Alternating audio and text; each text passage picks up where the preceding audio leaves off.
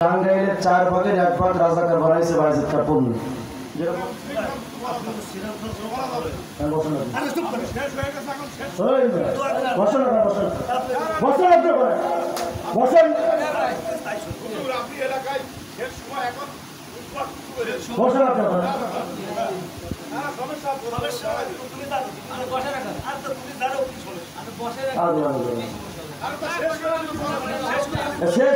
আমার সাথে কথা বলার দরকার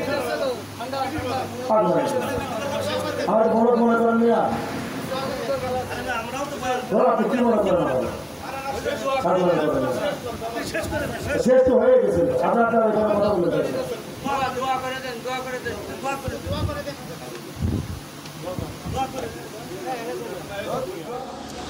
সারা জিন্দেগি দুনিয়ার জন্য মেহনত করে দুনিয়া এতটুকু দিল, আর আখিরাতের জন্য যদি এত টাইম না, জাস্ট একটা সেকেন্ড যদি আমল করে, 1 সেকেন্ড, আজকে আলোচনা হবে শুধু 1 সেকেন্ডের আমল, 1 সেকেন্ড আমল যদি আল্লাহর জন্য করেন, চলেন আল্লাহ আপনাকে কতটুকু দিবেন, কি সীমাহীন নাকি দিবেন, এর একটা নমুনা পেশ করবেন।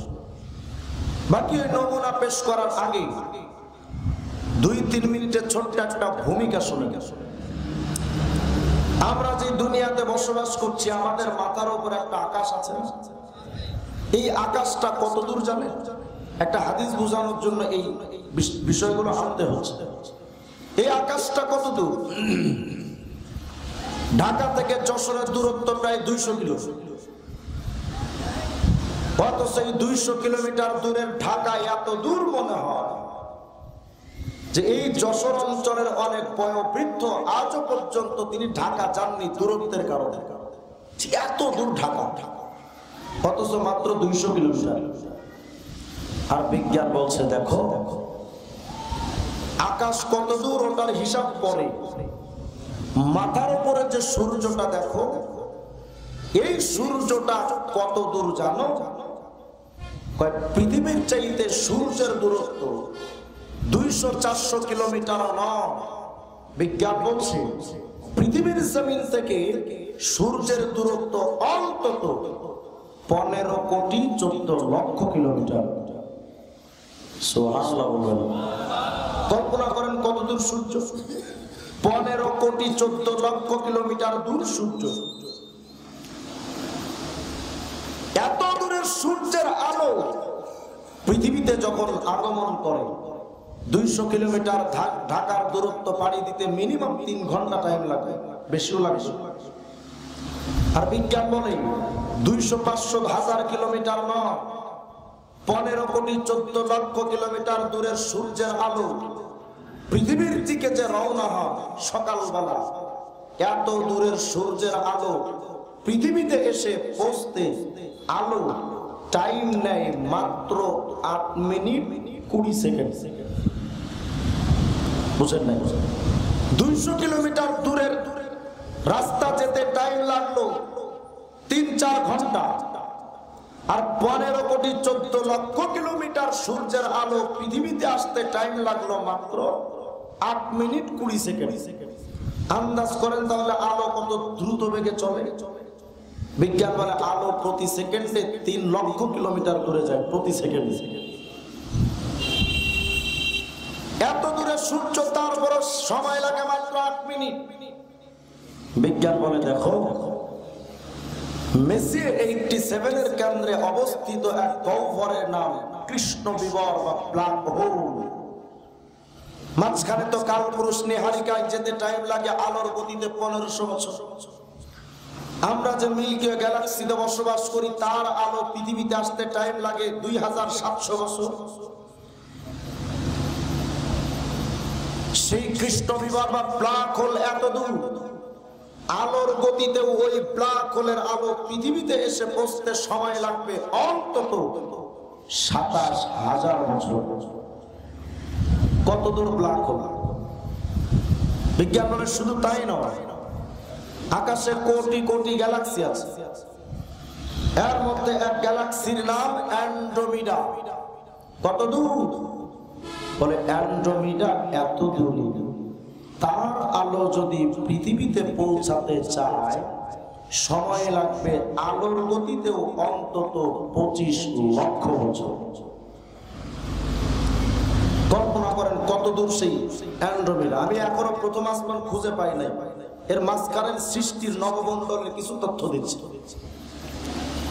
গত কিছুদিন আগে আমেরিকান সংস্থা নাসার বিজ্ঞানীরা নতুন একটা তথ্য দিলেন যে পৃথিবীর চেয়ে সবচেয়ে দূরে অবস্থিত এক নক্ষত্রের নাম তার ইকারাস।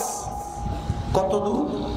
বলে ইকারাসের আলো যদি পৃথিবীতে পৌঁছাতে চায়, যেই আলো 8 মিনিট 20 সেকেন্ডে 15 কোটি 14 লক্ষ কিলোমিটার পাড়ি দিতে পারবে, এমন দ্রুতগামী আলো যদি ইকারাস থেকে পৃথিবীতে পৌঁছতে চায়, সময় লাগবে অন্তত 900 কোটি বছর। সুবহানাল্লাহ বলবেন না? ভাবতেছেন আপনার আমার শ্বশুর বাড়ির খুব কাছাকাছি নাকি? আওয়াজ দিয়ে কোন আল্লাহু আকবার। এত দূরে বিজ্ঞান চলতে চলতে দূর থেকে দূরান্তর মহাশূন্য পর্যন্ত চলে গেছে। আজ পর্যন্ত বিজ্ঞান আসমান যে কোথায়, আসমান খুঁজে পায় না। আল্লাহু আকবার বলো। এ তো আসমানের দূরত্বের কথা কইলাম। এবার শোনেন তো, এই আকাশটা কত বড় শ্রেষ্ঠ। আমরা যে দুনিয়াতে বসবাস করি, বাংলাদেশ তো মাত্র 56,000 বর্গ মাইল। কত বিরাট বাংলাদেশ। আমি ঈদের পর দিন থেকে মাহফিল যে শুরু হয়েছে, মানিকগঞ্জ থেকে গেছি নীলফামারী, ওখান থেকে নওগাঁ, ওখান থেকে জামালপুর, ওখান থেকে সাতক্ষীরা, আজকে যশোর। মোটামুটি একটা বাংলাদেশ পাড়ি দিলাম, দেখলাম কত বিরাট এই বাংলাদেশ। অথচ মাত্র 56,000 বর্গ মাইল। 56,000 বর্গ মাইলের বাংলাদেশটা যদি এত বিরাট হয়, অথচ মানচিত্রে খুঁজেই পাওয়া যায় না। বিজ্ঞান বলে পুরা পৃথিবীটা, বাংলাদেশ তো 56,000 বর্গ মাইল, আর পুরা পৃথিবীটা 20 কোটি বর্গ মাইল। সুবহানাল্লাহ বলেন, কত বিরাট পৃথিবী। বিজ্ঞান বলে মিয়া আশ্চর্য হওয়ার কিছু নেই। কেন? ওই যে মাথার উপরে ছোট্ট একটা টাকার কয়েনের মধ্যে একটা সূর্য দেখো, এই সূর্যটা কিন্তু এত ছোট নয়। কত বড়? বলে পৃথিবীর চেয়ে ওই সূর্য 13 লক্ষ গুণ বড়। আন্দাজ করেন তো সূর্য কত বড়? মোটামুটি দেওয়ানবাগী পীর সাহেবের পেটের মতো। আওয়াজ দিয়ে কন্যা আল্লাহু আকবার। কত বিরাট সূর্য। বিজ্ঞান বলে মিয়া পৃথিবীর চাইতে 13 লক্ষ গুণ বড় যে সূর্য, আকাশে একটা তারকা আছে, নাম তার ইউআই স্কুটি। ওই ছোট্ট তারকাটা সূর্যের চাইতেও 500 কোটি গুণ বড়। অথচ ওই তারকা আকাশে এত ছোট্ট একটা জায়গা নিয়ে অবস্থান করে যা আমরা চোখেই দেখিনি। এত বিরাট তারকা যদি আকাশের ক্ষুদ্র একটা অংশে অবস্থান করতে পারে, তাহলে কল্পনা করেন তো পুরো আকাশটা কত বড় হতে পারে। বিরাট এই আকাশ। আর দূরত্বের হিসাব আগে দিয়েছিলাম, তো এই দৈর্ঘ্য আর প্রস্থ মেলানোর পর একটু ভাবেন তো, আসমান আর জমিনের মাঝখানের যে খালি জায়গা, এই যে বিরাট শূন্য স্থান, স্পেস, খালি জায়গা, একটু কল্পনা করেন তো মোটামুটি কত বড় হতে পারে। কেন এত তথ্য দিলাম এবার শোনেন। সরওয়ারে দো আলম বিশ্বনবী মুহাম্মদুর রাসূলুল্লাহ সাল্লাল্লাহু আলাইহি ওয়াসাল্লাম, আল্লাহর নবী সরওয়ারে দো আলম বলেন, আল জামিউস সগীর লিসুয়ুতি 4619 নম্বর হাদিসে পয়গম্বর আরবি বলেন, উম্মতরা শোনো, জমিন থেকে আসমানটা যত দূর আর মাঝখানে যত বিরাট খালি জায়গা, আল্লাহর নবী আমার বলেন, আমার কোন উম্মত যদি তার জবানটা দিয়া শুধু 1 সেকেন্ড সময় নিয়া শুধু একটা বার আল্লাহু আকবারের জিকির যদি করতে পারে, শুধু একটা বার যদি কয় আল্লাহু আকবার, আল্লাহর নবী আমার বলেন, জমিন থেকে আসমানের মাঝখানে যত বিরাট খালি জায়গা, শুধু একটা বার যদি তোমরা আল্লাহু আকবার যদি পুরা আসমান আর জমিনের মাঝের টোটাল এই খালি জায়গাটা নেকি দ্বারা ভরে যায়। বলেন আল্লাহু আকবার, আর জোরে বলেন আল্লাহু আকবার। ফাতহুল কাদির লিশাওকানি খন্ড পৃষ্ঠা 17। আল্লাহর নবী আমার বলেন, লাউ আন্নাদ দুনিয়া কুল্লাহা বিহাদাফিরিহা ফি ইয়াদি রাজুলিন মিন উম্মতি সুম্মা ক্বালা আলহামদুলিল্লাহ লাকানাল হামদু আফযালা মিন যালিকা। নবী আমার বলেন, শোনো রে এর উম্মতের দল, তুমি যদি পুরো যশোর জেলার মালিক তুমি একলাই হও, শুধু যশোর জেলার খুলনা বিভাগ নয়, ঢাকার গুলশান, বনানী, যাত্রাবাড়ি, সায়েদাবাদ, পল্টন, গুলিস্তান, টোটাল ঢাকা শহরের মাটি আর জমির মালিক যদি তুমি একলাই হও, শুধু ঢাকা আর যশোর খুলনা নয়, পুরো বাংলাদেশের এরিয়ার মালিক যদি তুমি একা হও, আল্লাহর নবী আমার বলেন, হে উম্মতের দল, ওয়াশিংটন থেকে নিয়ে দিল্লির লালকেল্লা পর্যন্ত, পেন্টাগন থেকে নিয়ে বিধানসভা পর্যন্ত, টোটালি ভূখণ্ডের মালিক যদি তুমি একা নিজে হও, আল্লাহর নবী আমার বলেন, পুরা আরবের 22টা রাষ্ট্রের মালিক যদি তুমি একাই হও, আল্লাহর নবী বুঝাতে চান পৃথিবীর এক প্রান্ত থেকে অপর প্রান্ত পর্যন্ত টোটালি পৃথিবীর জমি জায়গার মালিক যদি তুমি শুধু একলাই হও, শুধু জমির মালিক নয়, জমিনের নিচে যত সম্পত্তি আছে না কেন, যত স্বর্ণের খনি, রূপার খনি, হীরার খনি, ডায়মন্ডের খনি, তেলের খনি, গ্যাসের খনি বা কয়লার খনি, সমস্ত খনিজ পদার্থের মালিক যদি কোনো বান্দা একা নিজে হয়, জমিন আর তার নিচের সম্পত্তি শুধু নয়, জমিনের উপরে যত সম্পত্তি, যত গাড়ি বাড়ি, মিল কল কারখানা, যা কিছু আছে না কেন, মায়ার নবী আমার বলেন, উম্মত রে, নবী বোঝান, যত টাকা, রুপি, রিয়াল, দিনার বা দিরহাম অথবা ডলার, এক কথায় এই দুনিয়ার উপর আর নিচের টোটাল সম্পত্তির মালিক যদি তুমি একলাই হও, এই পুরো দুনিয়াটা বিক্রি করলে যত দাম, নবী আমার বলেন, আমার কোন উম্মত যদি জবানটা দিয়া শুধু একটা বার আলহামদুলিল্লাহর জিকির করে, শুধু একটা বার যদি কোন উম্মত আলহামদুলিল্লাহ কয়, নবী বিশ্ব নবী বলেন, শোনো, পুরা দুনিয়াটা বিক্রি করলে যত দাম, শুধু একবার আলহামদুলিল্লাহ বললে তার চাইতে বেশি মূল্যবান। বলেন আলহামদুলিল্লাহ। মাই ঘেরা জীবন শেষ, মাইকে ওয়াজ করা মানুষ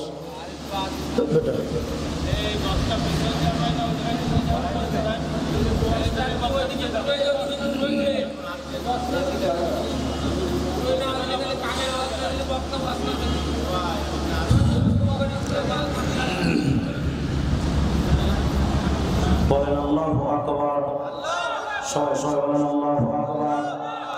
মনোযোগ যদি থাকে তো মুমিন জবাব দেন, জমিন আসমানের মাঝের টোটালি খালি জায়গাটা নেকি দ্বারা ভরে যাবে। জানো কি বললে? আলহামদুলিল্লাহ। আলহামদুলিল্লাহ। এই জন্য বলছিলাম ক্লাসে বসে, ক্লাসে ছাত্র হতে হবে। যদি ছাত্র হওয়ার মানসিকতা নিয়ে বসেন তাহলে মুখস্থ করে বাসায় যাবেন। সারাক্ষণ বয়ান শুনলেন, ওয়াজের শেষে কিচ্ছু মনে নাই, তো ওই বয়ান শুনে ফায়দাটা কি বলেন? এই জন্য আমি আপনাদের মুখস্থ করাচ্ছি। জমিন আসমানের মাঝের টোটালি খালি জায়গাটা নেকি দ্বারা ভরে যাবে। আল্লাহু আকবার বললে, বলেন কি বললে? পুরা দুনিয়া দুনিয়াটা বিক্রি করার চাইতে মূল্যবান নেকি হবে যদি কেউ শুধু আলহামদুলিল্লাহ নয়। আমি আপনাদের পরীক্ষা নিচ্ছি, আবার বলেন, জমিন আসমানের মাঝের টোটালি খালি জায়গাটা নেকি দ্বারা ভরে যাবে। যেন কি বললে? বলেন বলেন, কি বললে? পুরা দুনিয়াটা বিক্রি করার চাইতে মূল্যবান নেকি হবে। যেন কি বললে? এত জমিন তো আসমানের হিসাব দিলাম। এবার চলেন আল্লাহর নবীর আপন চাচাতো ভাই রাইসুল মুফাসসিরিন হযরত আব্দুল্লাহ ইবনে আব্বাস রাদিয়াল্লাহু আনহুর বর্ণনা। এটা পাবেন আব্দুরুল মানসুর আল-সুয়ুতি 4 নম্বর খণ্ডে 416 নম্বর পৃষ্ঠার বর্ণনা। হযরত আব্দুল্লাহ ইবনে আব্বাস বলেন, জানো জমিন থেকে আসমানটা যত দূর, গিলাজু কুল্লি আরদিন 500 আম ওয়া বাইনা কুল্লি আরদিন ইলা আরদিন 500 আম ওয়া গিলাজুস সামাই 500 আম ওয়া বাইনাস সামাই ইলাস সামাই 500 আম। ইবনে আব্বাস বলেন, জানের মানব সভ্যতা জমিন থেকে আসমানটা যত বড়, ওই আসমানের ছাদ আবার এমন সমপরিমাণ মোটা। আল্লাহু আকবার। যে জমিনে বসে আছি এখান থেকে আসমান যত দূর, এই জমিনটার নিচে তত দূর। আল্লাহু আকবার বলেন। হযরত আব্দুল্লাহ ইবনে আব্বাস বলেন, জমিন থেকে আসমানটা যত দূরে, আল্লাহ পাকের 7টা জমিন এমন মোটা, 7টা আসমান আবার এমন মোটা। 7টা জমিন তো আসমান যেমন খালি জায়গা, আসমান তো জমিন আবার এমন খালি জায়গা। দুনিয়ার মানুষ একটু ভাবো, এক তবক জমিন আসমান যদি এত বড় হয়, 7 তবক জমিন আসমান টোটালটা কত বড়। আল্লাহু আকবার। এখন তো পেরেশানিতে পড়ে গেছেন যে হুজুর 7 তবক জমিন আসমান যদি এত বড় হয়, ওই তুলনায় আমি মানুষটা এতটাই ক্ষুদ্র যে আমারে তো খুঁজেই পাওয়া যাবে না, আমি এতটাই ছোট। সামান্য বিমানে উঠলেই পৃথিবীর নিচের কিচ্ছু দেখা যায় না। মানবরে তুমি এত ছোট, আল্লাহর এত বড় বড় সৃষ্টি, অথচ আসমানটা তো বিশাল। আসমান অহংকার করে না, জমিন এত বড়, জমিন অহংকার করে না। পাহাড় এত উঁচু আর শক্তিশালী, কিন্তু পাহাড় কোনোদিন ক্ষমতা দেখায় দুর্বলের উপরে হামলা করে না।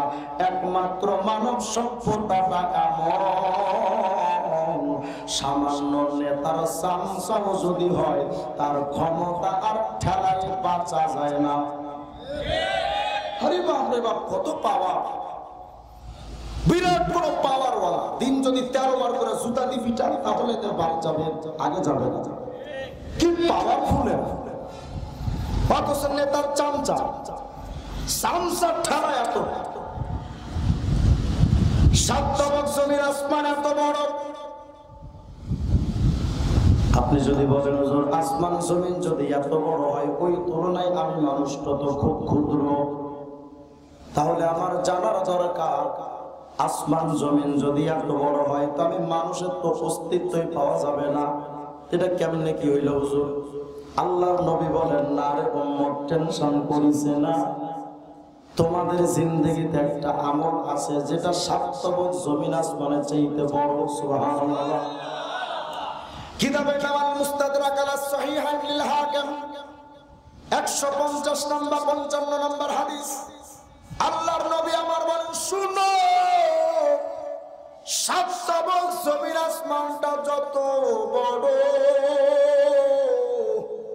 ফাইন্নাস সামাওয়াতি ওয়াল আরদা ওয়া মা ফীহিন্না লাউ উদিয়াত ফি কিফাতিল মিজান ওয়া উদিয়াত লা ইলাহা ইল্লাল্লাহ ফিল কিফাতিল উখরা কানাত আরজাহা মিনহুমা।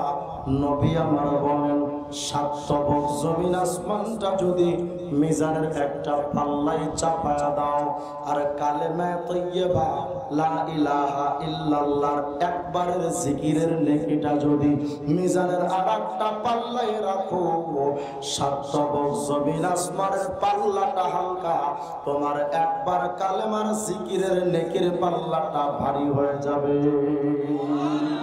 বলেন না মুহাব্বতে লা ইলাহা ইল্লাল্লাহ, লা ইলাহা ইল্লাল্লাহ,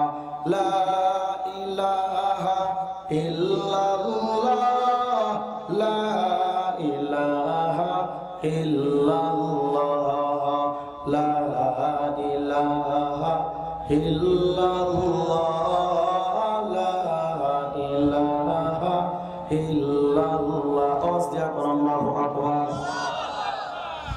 এত গেল 7 তবক জমিন আসমানের বিশালতা। এবার চলেন তো দেখি মিজানের পাল্লাটা কত বড়। কষ্ট হচ্ছে না কেউ জানে? মিজানের পাল্লাটা দেখেন কত বড়। কিতাবের নাম জামিউল উলুম ওয়াল হিকাম, খণ্ড 2, পৃষ্ঠা 18। আল্লাহর নবীর সাহাবী হযরতে সালমান আল ফারসি রাদিয়াল্লাহু আনহু বলেন, শোনো উম্মত, মিজানের পাল্লাটা কত বড় জানো? ইউদাউল মিজান ইয়াউমাল কিয়ামাহ, কিয়ামতের ময়দানে মিজানের পাল্লাটা প্রতিস্থাপন করা হবে। এক একটা মিজানের পাল্লা এত বড়, ফালাউ উযিনা ফীহিস সামাওয়াতু ওয়াল আরদু লাওয়াসিআত আলাইহি। 7 তবক জমিন আসমানটারে একত্রিত করার পর মিজানের একটা পাল্লাই যদি ঢুকায়া দেন, 7 তবক জমিন আসমান ঢুকে যাবে, কিন্তু মিজানের পাল্লার একটা পাল্লারও পেট ভরবে না। আল্লাহু আকবার। ভাবেন তো মিজানের পাল্লা কত বড়। এত বড় মিজানের পাল্লায় 7 তবক জমিন আসমান দিলেও যে পাল্লা ভরে না। আপনার আমার নেকি যদি ওই পাল্লায় রাখা হয় খুঁজে পাওয়া যাবে? কথা হয় না। আর আমাদের আমল কি? আরে বাপরে বাপ, 55 বছর আকিস বিড়ি, এরপরে কোন রকম 5 বছর একটু আমল টামল বইলা শেষ। এই আমল যদি ওই মিজানের পাল্লার কাছে না হয় তো খুঁজেই পাওয়া যাবে না। তাইলে আমল করে লাভ কি? হ্যাঁ, এই পেরেশানি একদিন দাউদ নবীর হয়েছিল।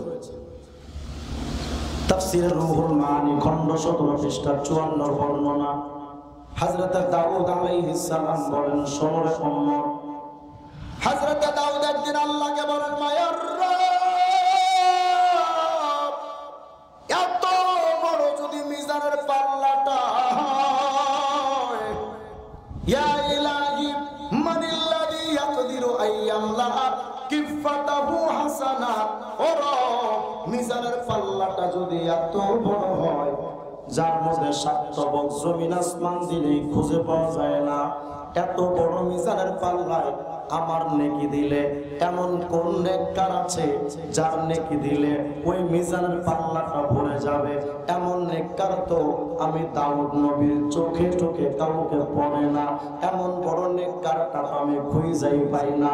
আমাদের নবী বলেন, সুসংবাদ নাও হে উম্মতে মুহাম্মাদির, সুসংবাদ নাও। এত বড় নেককার দাউদ নবী খুঁজে পাই না। আল্লাহর নবী বলেন, শুনো, আল জামিউ সগীর লিসুয়ুতি 4619 নম্বর হাদিস। আল্লাহর নবী বলেন, ওয়া সুবহানাল্লাহ তামলাউ নিসফাল মিজান। আমার কোন উম্মত যদি তার জবানটা দিয়া 1 সেকেন্ড সময় নিয়া শুধুমাত্র একটা বার সুবহানাল্লাহ যদি কয়, পুরো মিজানের পাল্লা অর্ধেকটা পাল্লা নেকি দ্বারা ভরে যায়। বলেন না মহব্বতে সুবহানাল্লাহ। মনোযোগ যদি থাকে তো ইন্টারভিউ চলছে, জবাব দেন। জমিন আসমানের মাঝের টোটালি খালি জায়গাটা নেকি দ্বারা ভরে যাবে, যেন কি বললে? পুরা দুনিয়া বিক্রি করার চাইতে মূল্যবান নেকি হবে, যেন কি বললে? 7 তবক জমিন আসমানের চাইতে ভারী নেকি হবে, যেন কোন কালেমার জিকির? পুরা মিজানের পাল্লার অর্ধেকটা নেকি দ্বারা ভরে যাবে, যেন কি বললে? এখন প্রশ্ন হলো, হুজুর পাল্লা তো অর্ধেকটা ভরেছে, পুরাটা তো ভরে নাই। আল্লাহর নবী বলেন তাও ভরবে। কি করলে? কই 1 সেকেন্ডের আমল। সুবহানাল্লাহ। আল্লাহর নবীরা প্রশ্ন করেন, পয়গম্বর ওই আমলটা কি? আল্লাহর নবী বলেন, শুনো, আলহামদুলিল্লাহ তামলাউল মিজান। আমার কোন উম্মত যদি শুধুমাত্র একটা বার আলহামদুলিল্লাহ যদি কয়, পুরা মিজানের পাল্লাটা নেকি দ্বারা টইটম্বর হয়ে যায়। বলেন না সুবহানাল্লাহ।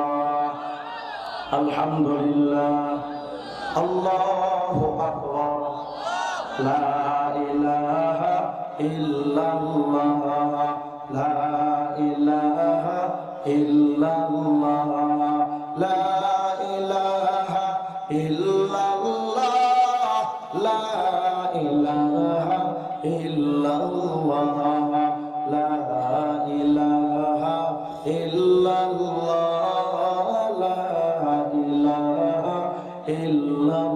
আওয়াজ দিয়া বলুন আল্লাহু আকবার।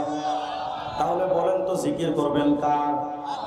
না না, কোন বাবার মাজার, জয় বাংলা, জয় শ্রীরাম, জিকির হবে কার?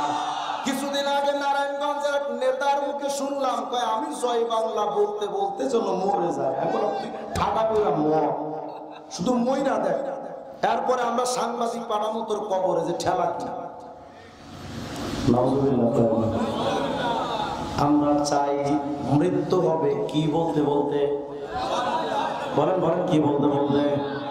যারা হয় মরণের সময় কণ্ঠে জয় বাংলা চাই, আমি বলি ওদেরকেও শয়তান চাই, ঠিকানা জান্নাত নয় পাক্কা জাহান্নাম। আস্তাগফিরুল্লাহল আযীম। মুসলমানের কণ্ঠে এখন শুধু জয় বাংলা জয় বাংলা, আল্লাহ নারায়ে তাকবীর নাই। এমন মানুষ সমাজে আছে না নাই?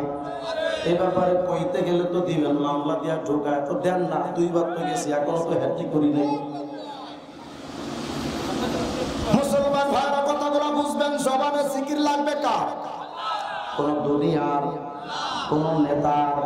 দেখবেন এরা রাস্তায় গিয়া মিছিল দেয়, আমার নেতার কিছু হলে জ্বলবে আগুন ঘরে ঘরে, আছে না? অথচ এই মুসলমানগুলোর সামনে যখন নবীকে গালি দেওয়া হয়, আল্লাহকে যখন গালি দেওয়া হয়, তাদের জবান থেকে কথা বের হয় না। পুরো মুসলমান নয়, মুনাফিক। আপনার জবানে থাকবে আল্লাহ, কিন্তু আপনার জবানে চলতে থাকে শুধু অমুক নেতা তমুক নেতা। আমার নেতা যেখানে আমিও আছি সেখানে, তোর নেতা চোর, তোর নেতা বাপ্পা, তোর নেতা চিটিংবাজ, তোর নেতা ধর্ষক, তোর নেতা দুর্নীতিবাজ, তো তোর নেতার ঠিকানা তো জাহান্নাম। তুই যদি বলিস আমার নেতা যেখানে আমিও সেখানে, তো তোর নেতা জাহান্নামে, তুইও তো দোজখে। কথা বলতে হবে, এটা আমার নবী যেখানে আমি আছি সেখানে, আলেম ওলামা যেখানে আমরা আছি সেখানে। আর কথা বলে না কেন? এটা কি রাজনৈতিক? মুসলমান ভাইরা কথাগুলো বুঝবেন, জবানে জিকির চলবে কার? এখন কিছু কিছু মুরিদ আছে দেখবেন সারাদিন শুধু বাবা আর বাবা, মুর্শিদ আছে না? কেল্লা বাবা, ফাইল্লা বাবা, সিল্লা বাবা, ল্যাংটা বাবা, ভান্ডারি, ওরে বাবা, ইয়া বাবা। বাংলাদেশে ইয়াবা ট্যাবলেট বাবার যেমন অভাব নাই, পীর বাবারও অভাব। আমি কিন্তু পীর বিরোধী না, আমিও পীরের মুরিদ। তা আমার পীর যদি আমাকে কোরআন সুন্নাহ থেকে আলাদা হতে বলে, এমন পীরকে জুতা দিয়ে পিটা জান্নাত চলে বলার কথা। আপনাদের যশোরের পাশেই তো কুষ্টিয়া জেলা, এইখানে এক শয়তান ছিল, কয়েকশো বছর আগে মারা গেছে, নাম তার লালন শাহ। কিসা পাক্কা ফরমালিন মুক্ত শয়তান ছিল, একেবারে ফরমালিন মুক্ত। আমার 7টা বই আছে, ওর বই আমার কাছে আছে 7টা। এর বইয়ের মধ্যে পড়ছি, লিখেছে যেহি মুর্শিদ সেই রাসূলুল্লাহ সেই আল্লাহ, এটাই কোরআনের কথা। নাউজুবিল্লাহ বলেন না? যিনি পীর তিনি খোদা। তো যিনি পীর তিনি যদি খোদা হয়, খোদা কয়জন? আর কথা কয় না, কয়জন? এখন বাবা পীর যদি হয় 1 লাখ, তার মানে খোদাও 1 লাখ। নাউজুবিল্লাহ আসতে বলবেন? তাহলে বলেন লালন শাহ কি মুসলমান না পাক্কা শয়তান? নাউজুবিল্লাহ মিন যালিক। লালন শাহ কয় সব ধর্ম পালন করা যাবে। দুঃখের কষ্টের সাথে বলতে হয়, আপনাদের এই যশোর শহরে একটা সংগঠন আছে, তাদের নাম হিজবুত তাওহীদ। কি নাম? রাজারহাটে তাদের অফিস ছিল। যশোর শহরের যত আলেম ওলামা আছে, মুফতি বোর্ডের, ইমাম পরিষদের সব আলেমদের বিরুদ্ধে হিজবুত তাওহীদ কিছুদিন আগে মামলা দিয়েছে। আপনাদের খবরই নেই, সবার নামে মামলা। তা আমি রেল স্টেশন মাদ্রাসার আনোয়ার করিম সাহেবের কাছে গেছিলাম। আমার বাড়ি তো কেশবপুর। আমি আয়েশা বলছি, হুজুর আপনাদের কামটা করার দরকার না, শুধু আমার অনুমতি দেন, বাকিটা আমি দেখবো কি করা যায়, শুধু অনুমতি চাই। মানে এদের ব্যাপারে তো আমি সারা বাংলাদেশে কাজ করি। 4টা মামলা গেছি, বেশি না, মাত্র 4টা। এই হিজবুত তাওহীদের বক্তব্য হলো যে হিজবুত তাওহীদের সদস্যদের মর্যাদা নবী রাসূলের চেয়ে বেশি। নাউজুবিল্লাহ, আসতে বলবেন আপনারা। হিজবুত তাওহীদ কয় রামকৃষ্ণ, রামচন্দ্র, যুধিষ্ঠির, মনু, বুদ্ধদেব এরা সবাই আল্লাহর নবী।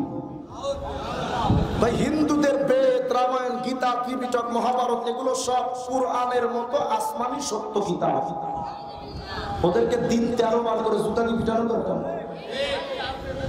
যদি এদিকে কোনোদিন হিজবুত তাওহীদের সদস্য আসে, কোনো কথা কইবেন না, ভূমিকা ছাড়া জুতা দিয়ে পিটানো দিবেন, কোনো আলোচনা হবে না, ডাইরেক্ট জুতা দিয়ে পিটানো।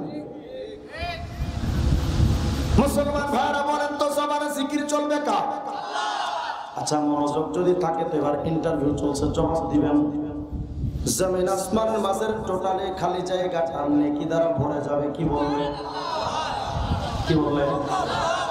পুরা জমিন আসমানের মাঝের খালি জায়গাটা নেকি দ্বারা ভরে যাবে, কি বলবে? পুরা দুনিয়াটা বিক্রি করা চাইতে মূল্যবান নেকি হবে, কি বললে? বুঝে শুনে বল। স্মৃতিশক্তি যদি এতটাই দুর্বল, মেসি গোল কয়টা দেয় এটা তো ঠিক মনে থাকে, সাকিব আল হাসান কয়টা উইকেট নিছে এটাও সামগুর মনে থাকে, কিন্তু মুসলমানরা ওয়াজ শুই না যদি একটা হাদিস বিরিতে টান দিতে পারে সব শেষ, কিছু মনে হয়। মনোযোগ বলেন, জমিন আসমানের মাঝে টোটালি খালি জায়গাটা নেকি দ্বারা ভরে যাবে, কি বললে? আল্লাহু আকবার বলে না, কি বললে? পুরা দুনিয়া বিক্রি করার চাইতে মূল্যবান নেকি হবে জানো, কি বললে? আলহামদুলিল্লাহ বলেন, কি বললে? পুরা 7 তবক জমির আসমানের চাইতে ভারী নেকি হবে কোন কালেমার জিকির? পুরা মিজানের অর্ধেকটা নেকি দিয়া ভরে যাবে, কি বললে? সুবহানাল্লাহ বলেন, কি বললে? পুরা মিজানের পাল্লাটা নেকি দ্বারা ভরে যাবে, কি বললে? এবার চলেন দেখি, মিজানের পাল্লাটা ভরে গেল নেকি দিয়া, আমল করলেন তো ভরে গেছে, কিন্তু জীবনে আকাম কুকাম যা করছে এই আকামের কারণে তো গুনার পাল্লাও ভরা। এখন প্রশ্ন হলো, হুজুর আমার যদি নেকির পাল্লাও ভরা হয় আবার গুনার পাল্লাও যদি ভরা হয়, ফাকাইফা আদখুলুল জান্নাহ, তো জান্নাতে যাব কেমনে? জান্নাতে যেতে তো নেকির পাল্লাটা ভারী হয়, কিন্তু মিজানের নেকির পাল্লা যদি ভরা হয়, গুনার পাল্লাও যদি ভরা হয়, জান্নাতে যাব কেমনে? ইমাম ফখরুদ্দিন রাজি তাফসীরে রাজি একটা 1 সেকেন্ডের আমলের কথা বলেছেন। ইমাম রাজি বলেন, শোনো উম্মতের দল, আলহামদুলিল্লাহ সামানিয়াতু আহরুফ। ইমাম রাজি বলেন, শোনো আলহামদুলিল্লাহর মধ্যে 8টা হরফ আছে। বলেন কয়টা? বলেন না, বলেন না, কয়টা? আলিফ লাম হা মিম দাল লাম লাম হা, কয়টা? ইমাম রাজি বলেন, জানো ওয়া আবওয়াবুল জান্নাতি সামানিয়া, আলহামদুলিল্লাহর হরফ যেমন 8টা, জান্নাতের দরজাও কিন্তু 8টা। সুবহানাল্লাহ। ইমাম রাজি বলেন, শোনো, ফামান ক্বালা হাযিহি সামানিয়া আন সাফা'i কলবিহি ইস্তাহাক্কা সামানিয়াতা আবওয়াবিল জান্নাহ।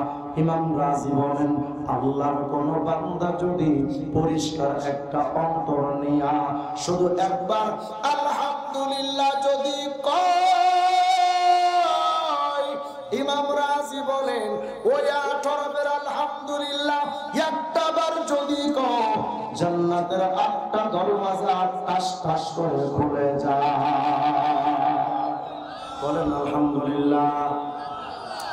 এখন প্রশ্ন আরেকটা, তাও বুঝলাম নেকির পাল্লাও ভরা, গুনার পাল্লাও ভরা। আলহামদুলিল্লাহ বললে জান্নাত বুঝলাম। কিন্তু হুজুর ব্যাপারটা যদি এমন হয় যেমন নেকির পাল্লা ভারী, গুনার পাল্লাটা হালকা, মানে নেকি কম গুনাহ বেশি, বুঝতেছেন কথা? নেকি কম গুনাহ বেশি, তো জান্নাতে যাব কেমনে? এটার জন্য ছোট্ট একটা ঘটনা শুনুন, হাদিসের ঘটনা। তাবাকাতুশ শাফিয়াতুল কুবরার মধ্যে ঘটনা আছে। হযরত আদম নবী কিয়ামতের ময়দানে আরশে আজিমের পাশে এক জায়গায় অবস্থান করবেন। কি কাজ? ইয়ানজুর ইলা মান ইয়ানতালিকু বিহি মিন ওয়ালাদিহি ইলান নার। আদম তাকা দেখবে তার কোন সন্তানদের জাহান্নামে নেয় আর কোনটারে জান্নাতের দিকে নিচ্ছে। আদম নবী তাকা দেখবে। হঠাৎ আদম আলাইহিস সালাম তাকা দেখবেন মুহাম্মদুর রাসূলুল্লাহর একজন উম্মতকে গলায় জাহান্নামের বেড়ি পরানো, হাতে পায়ের মধ্যে জাহান্নামের বেড়ি পরায়া টানতে টানতে তারে জাহান্নামের দিকে নিয়ে যাচ্ছে। আদম নবী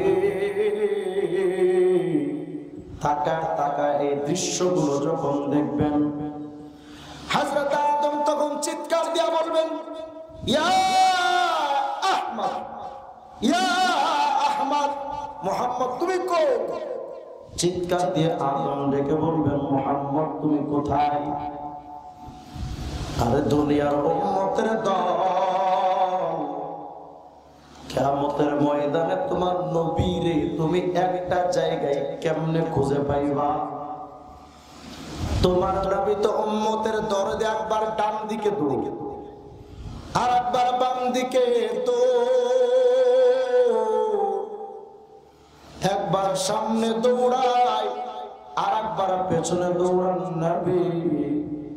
যে উম্মতরে যেদিকে বিপদে দেখেন মায়ার নবী ওদিকে দৌড়ায় আল্লাহকে বলেন, আল্লাহুম্মা হাদিহি উম্মতি, আল্লাহ দেখো না এটা আমার উম্মত বিপদে পড়ে গেছে, আল্লাহ তারে তুমি একটু দয়া করে মাফ কইরা দাও, আল্লাহ তারে একটু আমার ওসিলায় ক্ষমা করে দাও, আল্লাহ আমার উম্মতরে কষ্ট দিও না।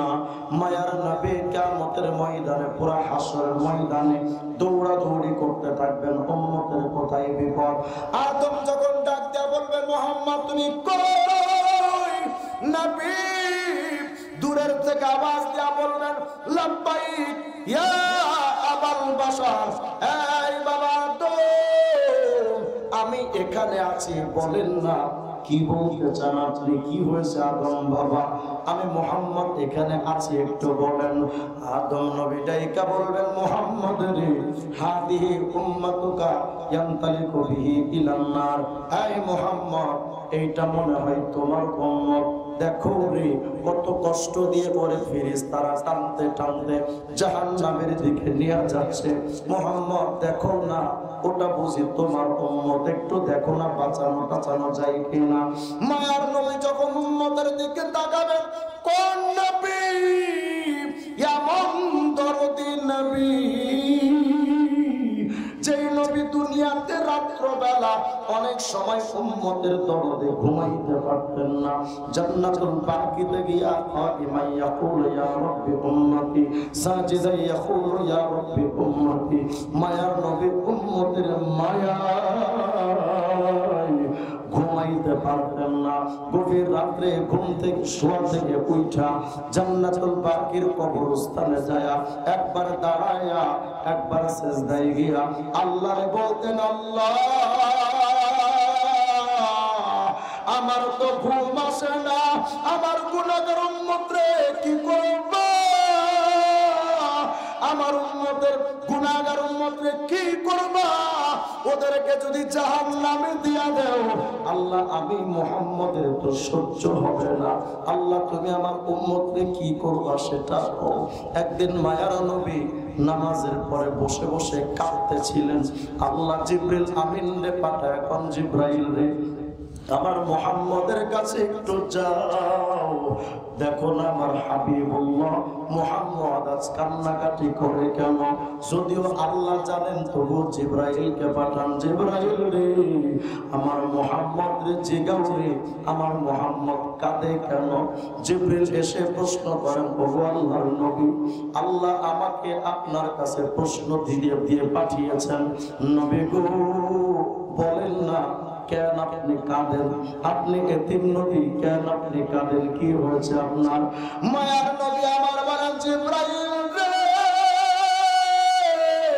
নিজের সন্তান ফাতেমার জন্য কাঁদি না, হাসান হুসাইনের জন্য কাঁদি না রে, আপন কোন মানুষের জন্য কাঁদি না, শুধু কাঁদি কিয়ামতের ময়দানে আমার গুনাহগার উম্মতরে আল্লাহ কি করবে?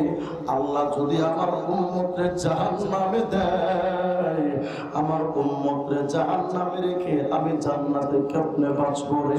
এজন্য আমি কাঁদি। আমার উম্মতের কি হবে? জিবরিল তুমি আল্লাহর জিজ্ঞাসা না।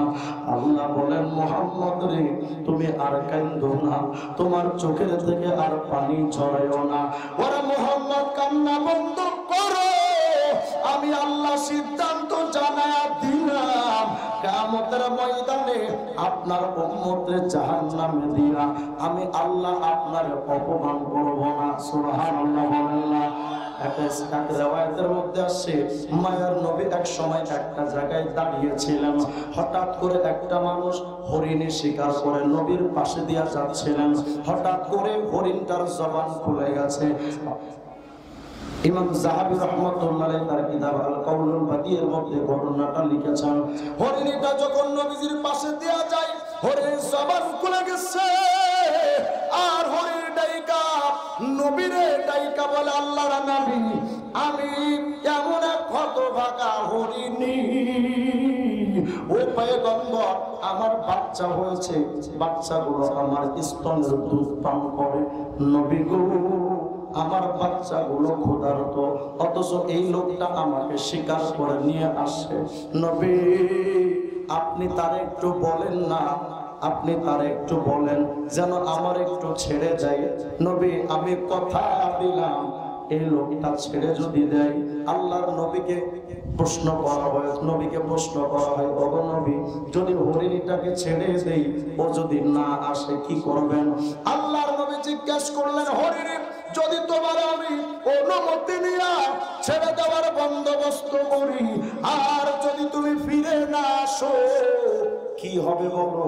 হরিণীটাকে বলেন, আল্লাহর নবী গো আমি আপনার কাছে ওয়াদা দিলাম, ঠিক আমার বাচ্চাদেরকে দুধ পান করায়া আমি আবার এই লোকটার কাছে ফিরে আসবো।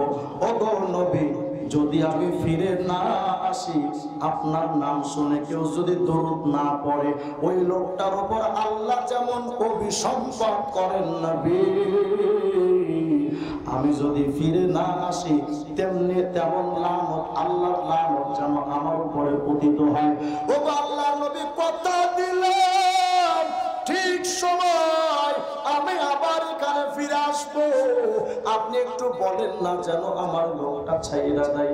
আল্লাহর নবী বলেন, এই আল্লাহর বান্দা আতলিকাহা, ওরে ছাইরা দাও, ও ঠিকই তোমার কাছে ফিরে আসবে, ওকে ছেড়ে দাও।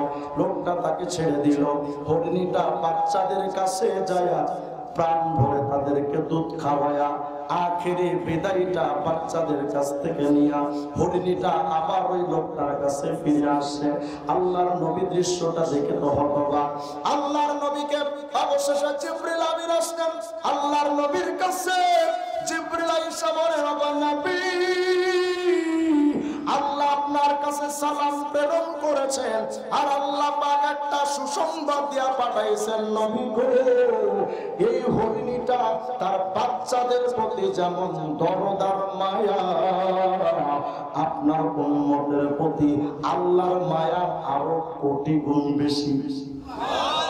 ও নবী, এই হরিণীটা যেমন আবার এখানে ফিরে আসছে, আল্লাহ ওয়াদা দিয়েছেন আপনার উম্মতরে ঠিক একদিন না একদিন আপনার কাছে আল্লাহ পৌঁছায় দিবেন।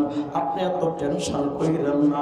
মায়ার নবী এতটা পেরেশান হইতেন, শাহওয়ালিউল্লাহ মুহাদ্দিসে দেহলভী বলেছেন, তার কিতাবের মধ্যে লিখেছেন, বিস্তারিত লম্বা আলোচনা করার সুযোগ হবে না। আল্লাহ নবী যেই দিন ইন্তেকাল করেন 23টা বছর তো কেঁদেছেন উম্মতি উম্মতি বলে। ইন্তেকালের পর মায়ার নবীরে যখন কবরে রাখা হবে, যেই কয়েকজন সাহাবী কবরের মধ্যে নেমেছিলেন পয়গম্বরের দেহ মুবারক কবরে রাখার জন্য, একে একে সব সাহাবীরা উঠে আসছেন কবর থেকে। যেই সাহাবী সর্বশেষ কবর থেকে উঠবেন, ওই সাহাবী বলেন, আমি কবর থেকে হঠাৎ করে যখন উঠে আসবো, আমার মনে হচ্ছিল আল্লাহর নবীর এই মায়ার চেহারা তো আজকের পরে আর আমার দেখার ভাগ্য হবে না। এই নবীর চেহারা তো আর কোনোদিন আমি দেখতে পারবো না। মায়ার নবীর চেহারাটা চিরদিনের মতো দেখালো, আর তো এই রহমতুল লিল আলামিন নবী সরওয়ারের চেহারাটা আর দেখতে পারবো না। জনমের মতো শেষবারের মতো নবীর চেহারার দিকে একটু তাকায় হই। ওই সাহাবী বলেন, যখন নবীর চেহারার দিকে তাকাইলাম, আমি তাকায়া দেখি মায়ার নবীর জবানে এই ঠোঁটটা যখন কবরে শোয়ানো হচ্ছে নবীর দেহ মোবারক, ওই সাহাবী বলেন, আমি নবীর চেহারার দিকে তাকায়া দেখি পয়গম্বরের ঠোঁটটা এমন নবীর ঠোঁটটা নড়াচড়া করতেছিল। সুবহানাল্লাহ বলেন। ওই সাহাবী বলেন, আমি আমার কানটারে নবীজির ঠোঁট মোবারকের কাছাকাছি নিলাম, দেখি না মায়ার নবী কি বলেন। আমার কানটার নবীর ঠোঁটের কাছে যখন নিলাম, ওই সাহাবী বলেন, আমি শুনতেছিলাম আল্লাহর নবী আস্তে করে ঠোঁট নাড়ান আর আল্লাহর কাছে বলেন, আল্লাহুম্মা উম্মতি, আল্লাহ গুনাহগার উম্মত গুলারে যে রাইখা গেলাম দুনিয়ায়, আল্লাহ আমার গুনাহগার উম্মত গুলোর হবে কি? আল্লাহ ওদের ব্যাপারে আপনি কি ফয়সালা করেছেন আল্লাহ বলেন। দুনিয়ার মানুষ নবী তার উম্মতকে এতটা ভালোবাসতেন। আলোচনা করতে গেলে তো অনেক টাইমের দরকার, ওটা আমার মূল উদ্দেশ্য নয়। বুঝাতে চাচ্ছি মায়ার নবী তার উম্মতের প্রতি সীমাহীন দরদ। আদম যখন বলবেন, মুহাম্মদ এইটা বুঝি তোমার উম্মত, দেখো না কত কষ্ট দিয়া তার জাহান্নামের দিকে নিচ্ছে। আল্লাহর নবী যখন ওই লোকটার উম্মতের দিকে তাকাবেন, গলার মধ্যে বেড়ি, পায়ের হাতের মধ্যে জাহান্নামের শিকল দিয়া টানতে টানতে নিচ্ছে, আর উম্মত চিৎকার দিয়া কাঁদে, আব্বু বাঁচাও, আম্মু আমারে বাঁচাও। একবার সন্তান রে ডাকে, বাঁচাও রে। কেউ তো তার বিপদে আসে না। উম্মতের এত কঠিন দুর্দশার সময়ে উম্মত বারবার চিৎকার দিয়ে ডাকতেছিল, কে আসলে আমার একটু বাঁচাও। কিন্তু লোকটার কাছে তো কেউ যায় না। নবী যখন এই দৃশ্যটা দেখেছেন, আল্লাহ নবী আর এক সেকেন্ড সহ্য করতে পারেন না।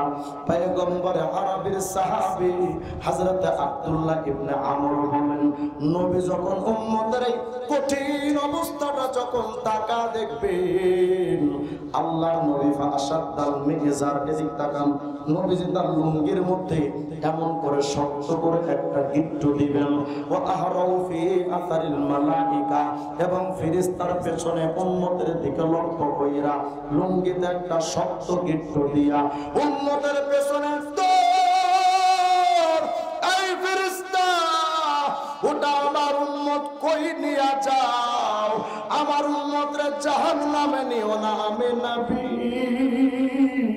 আমার উম্মতরে জাহান্নামে নিলে আমি কেমনে সহ্য করব রে? খবরদার একটু দাঁড়াও রে, আমার উম্মতরে জাহান্নামের দিকে নিও না।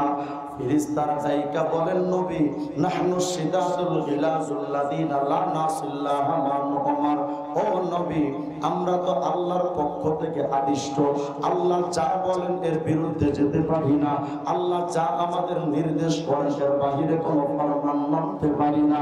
নবী গো, আজকে কিয়ামতে জগতে শুধু আল্লাহর বিধান চলে, আর কোন বিধান চলে না। নবী, আপনার কথাই থামতে পারবো না, যা বলার আপনি আল্লাহকে বলেন। আল্লাহ যদি হুকুম করেন তবেই তো আমরা আল্লাহর হুকুমের গোলাম। নবী, যা বলার আল্লাহকে আপনি বলেন।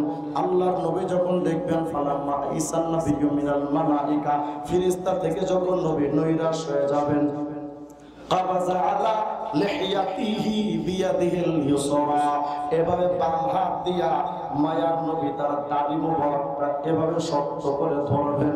ওয়া ওয়াস্তাকবালাল আরশা বিওয়াজহি, এভাবে দাড়িটা ধরে আরশ আজিমের দিকে তাকাইয়া আল্লাহর নবী আল্লাহকে লক্ষ্য করে বলবেন, ও আল্লাহ, আপনি না দুনিয়াতে একদিন আমারে বলছিলেন আমার উম্মতরে আপনি কষ্ট দিয়া জাহান্নামী বানায়া আমারে আপনি অপমান করবেন না।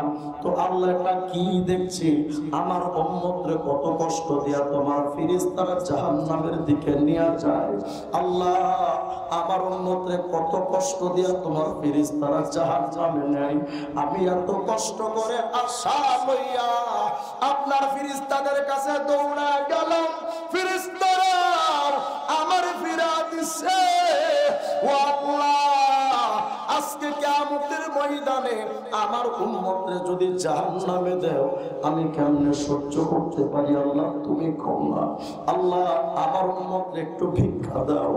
আল্লাহ, আমার উম্মতরে আমার কাছে ভিক্ষা দাও। আমার সুখ আমার উম্মতরে মাফ করে দাও।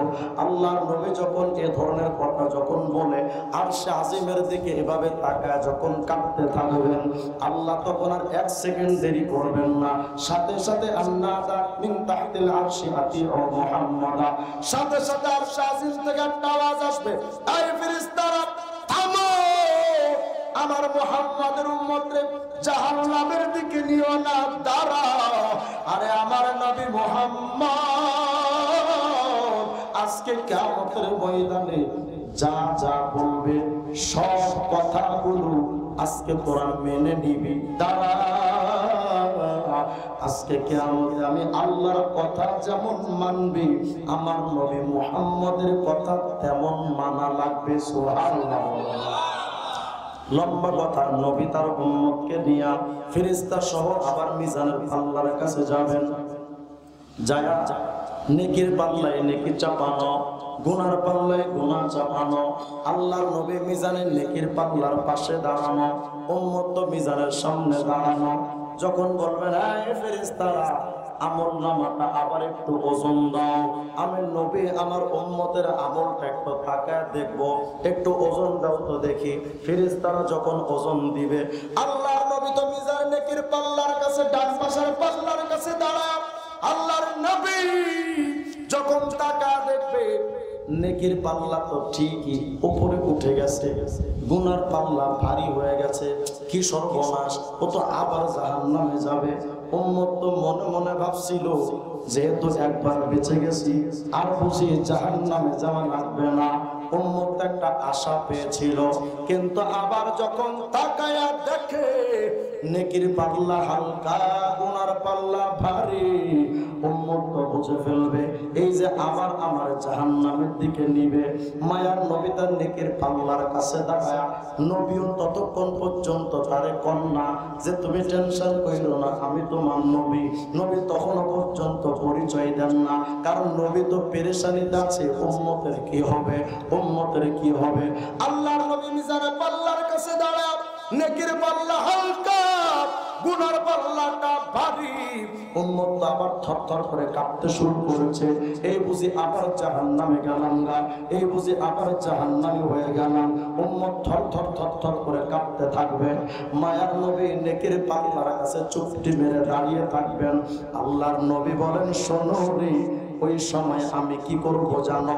ফাউখরিজু বিতাকাতাম মিন হুজজাতিকাল আনমিলা, এরকম আঙ্গুলের মতো একটা কাগজ, আল্লাহর নবী বলেন এমন আঙ্গুলের মতো একটা কাগজ আমার লুঙ্গির গিট্টুর ভেতর থেকে বের করব। ওই কাগজটা লইয়া আমার উম্মতের নেকির পাল্লার উপর চাপায়া দেব। আওয়াজ দিয়া আল্লাহু আকবার। আমি যখন আমার কাগজটা নেকির পাল্লাই চাপাবো, আমার উম্মতের নেকির পাল্লাটা মুহূর্তের ভেতরে উপর থেকে দ্রুত বেগে নিচের দিকে নাইমা যাবে, গুনার পাল্লাটা হালকা হয়ে যাবে। ফেরেশতারা সাথে সাথে চিৎকার দিয়ে উঠবে, আরে আরে সাইদা ওয়া সাইদা জাদ্দুহু ওয়া সাকুলাত মাওয়াজিনুহু ইনতালিকু বি ইলাল জান্নাহ। এই ফেরেশতারা দেখ দেখ দেখ কি ভাগ্যবান উম্মত, কত কপাল ভালো এই উম্মতের। একটু আগে ছিল যে লোকটার নেকির পাল্লা হালকা, গুনার পাল্লা ছিল ভারী, ও তো ছিল জাহান্নামী। কি কপালটা ভালো এই উম্মতের। তাকা ফেরেশতা, এখন তো তার গুনার পাল্লাটা হালকা, নেকির পাল্লাটা ভারী হয়ে গেছে। ওরে দেরি করিস না, এই উম্মতরে তাড়াতাড়ি ধর, ওরে জান্নাতে ঢোকা। সুবহানাল্লাহ। এবার ফেরেশতার উম্মতের হাতটা ধরবে, ধরে উম্মতরে টানতে টানতে জান্নাতের দিকে নিয়ে যাবে। উম্মতের তখন তো ভাবসা বাইরা যাবে, আমি তখন জান্নাতে, আমার খেয়ে ধরে। উম্মত এখন বলবে, এই ফেরেশতারা থামেন মিয়া, কি সমস্যা, আমি এখন জান্নাতে যাবো না। সুবহানাল্লাহ। কি কোন আপনি জান্নাতে যাবেন না? জাহান্নাম থেকে যখন আমি ফিরেছি, এত সহজে আমি জান্নাতে যাব না, কিছু কাজ আছে। কি কাজ? হে ফেরেশতা, যেই দিন তোমরা আমার জাহান্নামের দিকে, যেই দিন তোমরা নিয়ে যাচ্ছিলা, তোমাদের হাতে পায়ে ধরেছিলাম, বাঁচাও, কই তোমরা তো আমার প্রতি দয়া করো নাই। এরে ফেরেশতা, ওই সময় যখন বিপদে পড়ছিলাম, আব্বু আম্মু বলে চিৎকার দিয়ে দিয়ে দয়া ভিক্ষা চেয়েছিলাম, কই আমার বাপও তো আসে নাই, আমার মাও তো আমার সাহায্য করতে আসে নাই, আমার সন্তানটারে এত কষ্ট করে বড় করে আসছিলাম রে, কই আমার সন্তানটাও তো আমার কাছে আসে নাই। ফেরেশতা, এখন আমি জান্নাতি হয়ে গেলাম কার জন্য? যেই মানুষটার উসিলায় নিশ্চিত ওই মানুষটা, তোমরা ফেরেশতারা তোমাদের চাইতে উনি আমার কাছে বড় আপন। এই মানুষটা কে রে? যেই মানুষটা আমার বাপের চাইতে বড় আপন, যেই মানুষটা আমার মায়ের চাইতে, সন্তানের চাইতে বড় আপন, ওই মানুষটা কে রে? যার ওসিলায় আমি জাহান্নাম থেকে জান্নাতের পথিক হইলাম, ওই মানুষটারে তো চিনি না। এই ফেরেশতারা, একটু থামো না, এই লোকটার সাথে একটু পরিচয় পর্বটা সেরে লই। আসলে লোকটার নাম ঠিকানা তো একটু জানা দরকার, অন্তত জান্নাতে গিয়া ওনার একটু খুঁজে দেখা করব। যার ওসিলায় এত নিয়ামত পাইলাম, ওই মানুষের সাথে পরিচয় না হয়ে জান্নাতে কেমনে যায়? ফেরেশতারা, তোমরা আমার হাতটা একটু ছাড়ো। উম্মত এবার হাতটা ছাড়ায়া মায়ার নবীর সামনে গিয়া দাঁড়াবে। আল্লাহর নবীও দাঁড়ানো, উম্মতও দাঁড়ানো, একদম মুখোমুখি অবস্থা। আল্লাহর নবী তখন উম্মত জিগাবেন, ও আল্লাহর বান্দা, মা আহসানা খালকাক, ও আল্লাহর বান্দা, এত সুন্দর বডি ফিটনেস আপনার, মা আহসানা ওয়াজহাক, এত সুন্দর চেহারাটা আপনার। তবে আল্লাহর বান্দা, আমার জানতে মনে চাই, যেই বিপদে কালে আমি বাপেরও পাইলাম না, মারও পাইলাম না, নেতা কর্মী তো আগের থেকেই নাই, পীর টির তো কেউ নাই, আমার আপন বলে যখন কেউ আমার পাশে আইলো না, আল্লাহর বান্দা রে,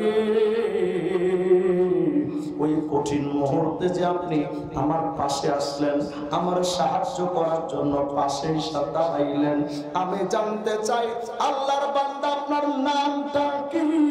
আপনার বাড়িটা কই? বাবার নামটা কি? কোথায় আপনার ঠিকানা? পরিচয়টা একটু আল্লাহর বান্দা আমাকে দেওয়া যাবে? আপনার ঠিকানা পরিচয়টা একটু দেন না।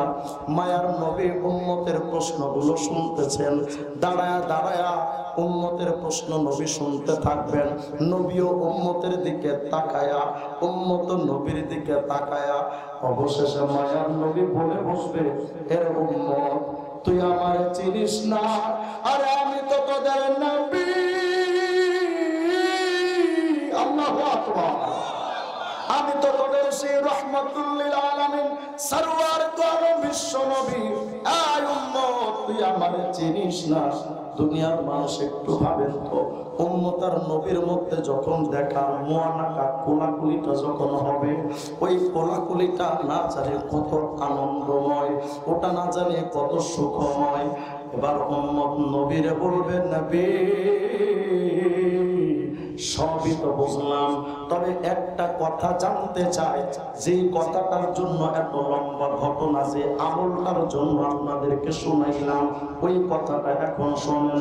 উম্মত তখন জিজ্ঞেস করবেন, আল্লাহর নবী, আপনি যে এত উপকার আমার করেছেন, এত দরদ মাখা মন নিয়ে আছে আপনি আমার কাছে এসে হাজির হলেন, আল্লাহর বান্দা জানতে চাই নবী গো, ওই যে কাগজটা মিজানের পাল্লায় চাপিয়ে দিয়েছিলেন, ওই কাগজের মধ্যে এমন কি লেখা ছিল যে লেখার কারণে আমার মিজানের পাল্লাটা ভারী হয়ে গেল, যে মিজানের পাল্লাটা যে আমলের ওজন সহ্য করতে পারে নাই, ওই আমলটা কি?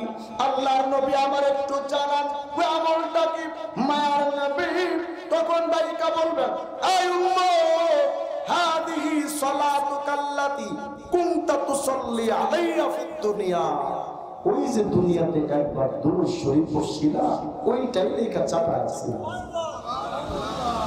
দুনিয়ার মানুষ সে ভাবে একবারে দুরূদ যদি এত বড় ফজিলত বয়ে আনে, প্রতিদিন ঘুমানোর সময় যদি 300 বার করে দুরূদ শরীফ পড়ে ঘুমান, জীবনটা কতই না আলোকময়। একবার দুরূদ শরীফ পড়লে যদি এত বিরাট ফজিলত হয়, প্রতিদিন সকাল সন্ধ্যা যদি 100 বার করে দুরূদ শরীফ পড়তে পারে, কতই না ফায়দা হয়। একবার সুবহানাল্লাহ, আলহামদুলিল্লাহ, আল্লাহু আকবার, লা ইলাহা ইল্লাল্লাহ, একটা 1 সেকেন্ডের আমলে যদি এত বিরাট বড় বড় নেকি হয়, প্রতিদিন যদি 100-200 বার করে এই আমলগুলো করা যেত, কতই না ভালো হতো।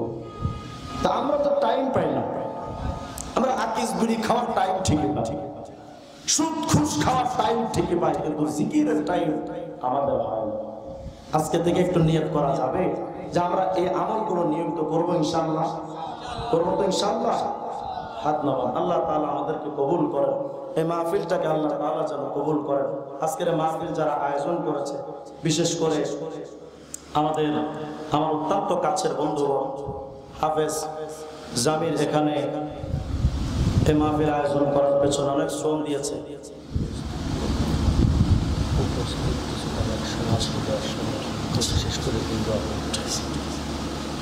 আমাদের জামির ভাইয়ের এক ভাগিনা সবাই উদ্যোগ নিয়ে মাহফিলটা আয়োজন করেছে। আচ্ছা বলেন তো, এই যে মানুষগুলো মাহফিলের আয়োজন করলো, ওদের দুনিয়ার কোনো লাভ আছে?